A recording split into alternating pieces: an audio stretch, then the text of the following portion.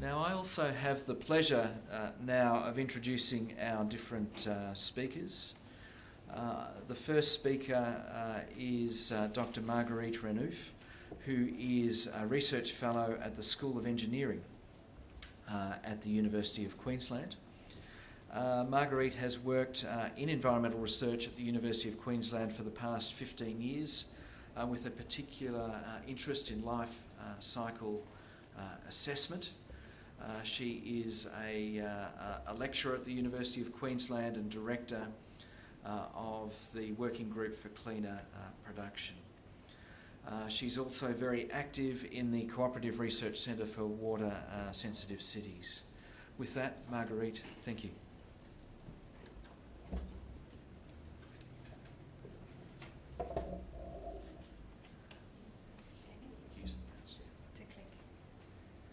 Thank you, Jamie. Thank you, Amanda. And thanks to the Australian Water Association for organising this forum and giving an opportunity to talk about the work that's happening at UQ's Water, Energy and Carbon Group, where I work. The presentation today has been prepared by Dr. Stephen Kenway and myself, and it includes work being undertaken by Stephen and his students, as well as work that I've been commencing at the group over the last six months or so.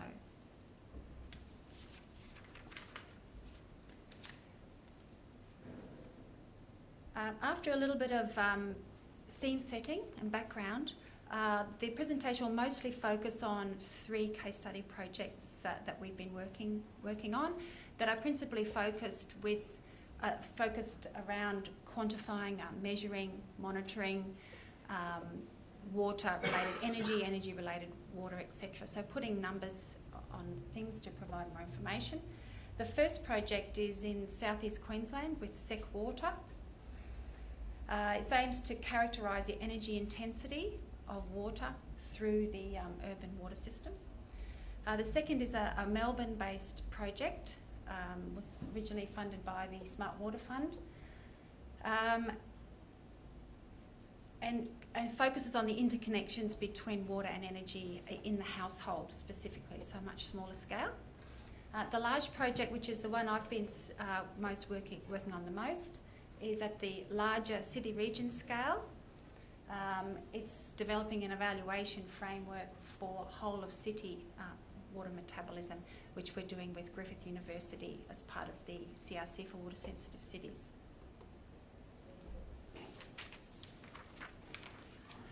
So by way of introduction, today's forum is about the full water, energy, food and landscape, which is presented quite nicely here from a diagram developed by the Californian government.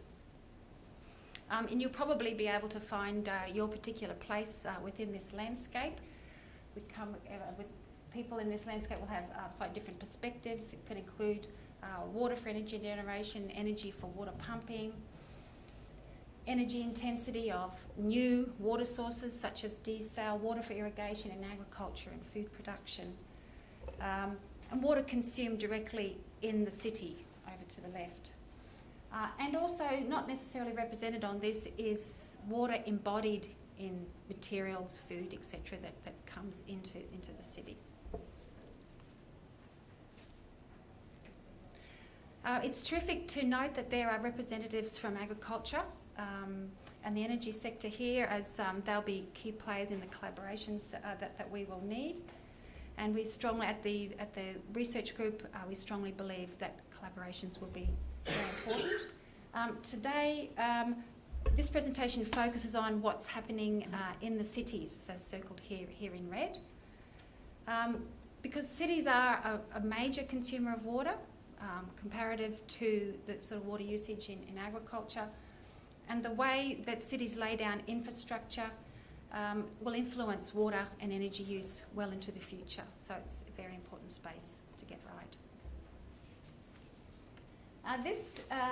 To set the scene, this is probably a slide some of you have seen before. It was presented very commonly at many conferences around the times of the Millennium Drought, emphasising the situation in Perth.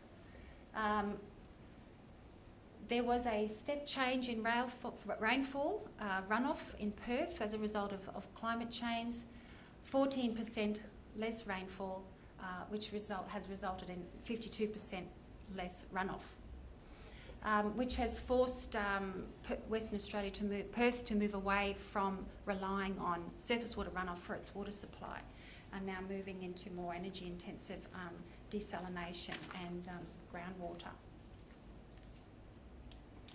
Another example from Queensland in the Courier Mail, as that climatic influence started to move east across into southeast Queensland, and we had our own drought problems. Even Queensland's Premier described it as heading towards a water Armageddon, and the Courier Mail saying that we have to desalinate or die. It was a critical point which forced major change. Even though we've largely forgotten that, we have invested significantly in infrastructure which has had desalination as a significant shifted the priority up. And so we're moving towards energy supply, water supplies that have more energy intensity. And Jamie also provided another very good example of stormwater tanks. This is some work prepared by CSIRO back in 2012 in collaboration with the Water Services Association of Australia. They evaluated the projected impacts of increasing energy use and increasing energy costs on the water supply network. So if we just, for example, look at the Southeast Queensland example, this represents the cost of supplying water, millions of dollars per gigalitre.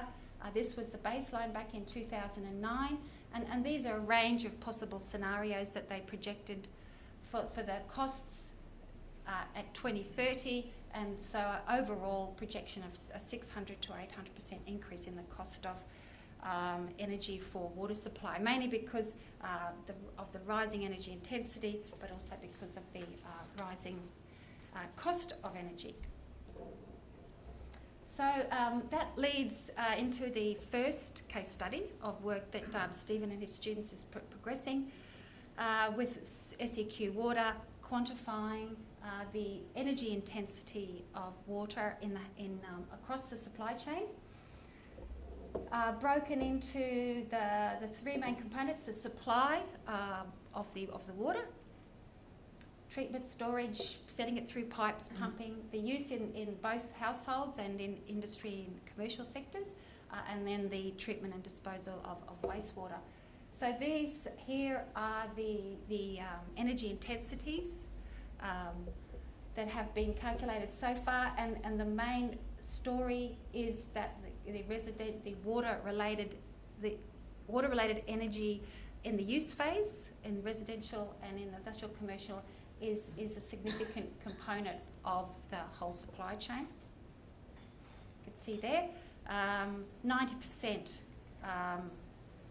is in this space. If we convert that to cost, it's further, that dominance is further highlighted because in this space the cost of water, cost of energy is higher per unit than over here. So overall, collectively, this phase, the use phase, is responsible for 13% of SEQ's overall electricity, 18% of natural gas. So that's really justification for looking more closely at what's happening in the household, which has been quite an emphasis of Stephen's work, which leads us to the second case study project, which is based in Melbourne.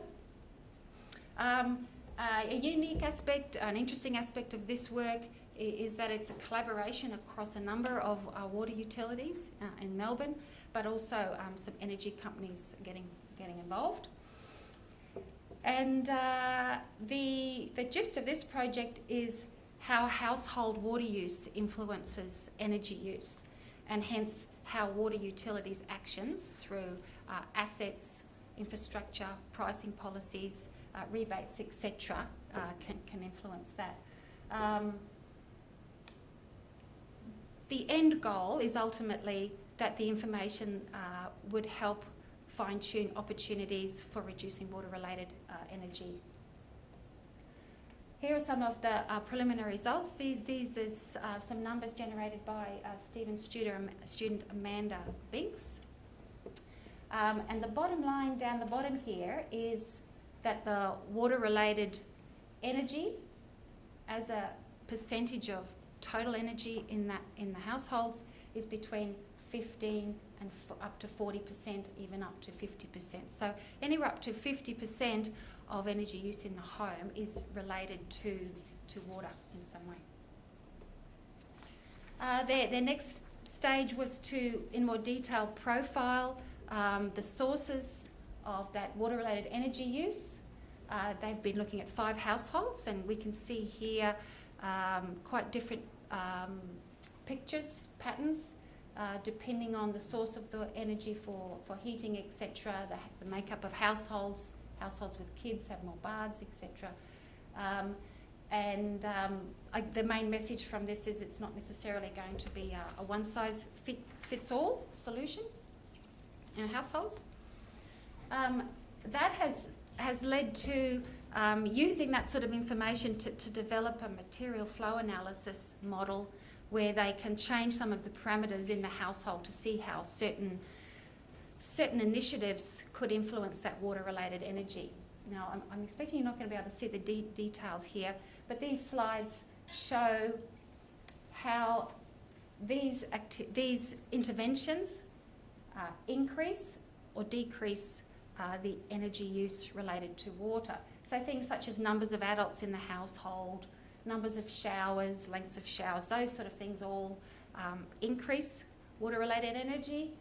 But one thing that was noted in this work, which is the key theme from this slide, is that here, in all of these, there are bars that actually show a decrease, so an energy improvement related to the temperature of the cold water coming into the household. So if you've actually got warmer water coming in through the supply pipe, of course you have to add less energy in the home. So that was a theme that was explored a little bit further. And this particular slide shows mapping of water temperatures in the water supply across Melbourne from a data set of about 80,000 temperature records over 20 years, showing great spatial variability in the temperature. I don't know how discernible those colours are, but the lighter, these blues show sort of incoming temperatures of around about 12, and the red ones are up to 23 degrees. So quite an interesting and surprising variability in the temperature. They're not too sure what explains it. Could be solar radiation on the pipes if they're not too deep, pipes running under asphalt surfaces, water supply pipes that co-run with sewers. Sewers carry water about 25 degrees versus the supply pipes at about 15, or of the material of the pipe, etc. The cause of that is of less interest. The thing we're most interested in is then how that can be a factor that can be used to manage household water-related energy. Okay, so it shows that if you were to influence the temperature by about 60 degrees, you're getting a 1.5 to 3 kilowatt hour per day saving, compared with 0.5 to 1 kilowatt hour, which is the energy intensity of supplying and the water supply. So quite significant. And where this is leading to is having data from studies such as these helps us to be a little bit prepared for the next drought, when new technologies are being promoted to reduce either water or energy in households. And here are some emerging technologies: water recirculating shower, which apparently is starting to be manufactured in Brisbane, inline shower, water temperature and water flow, monitoring devices, airless showers, and for in the laundry, waterless washing machines, waterless dishwashers, etc.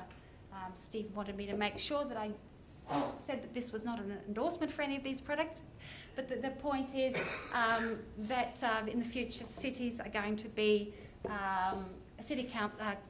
utilities are going to be providing rebates for particular water-saving technologies, and we really need to be prepared to understand what the energy implications of those are.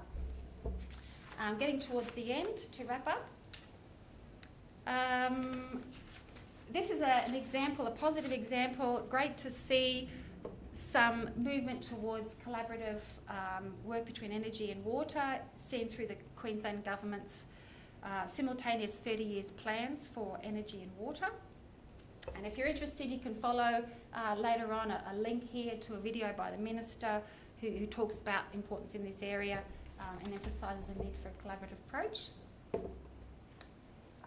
And this is just to finish off a project that we're just starting. It's very early days. It looks at the much broader scale, the whole city ride, again focused on gathering information. And we are interested in looking at the city as an entity, how the city as a whole performs in relation to water efficiency, the energy that carries, and then other stories within that. So thank you very much. I'll just take it to the end so we can make sure we can see the acknowledgements. Thank you.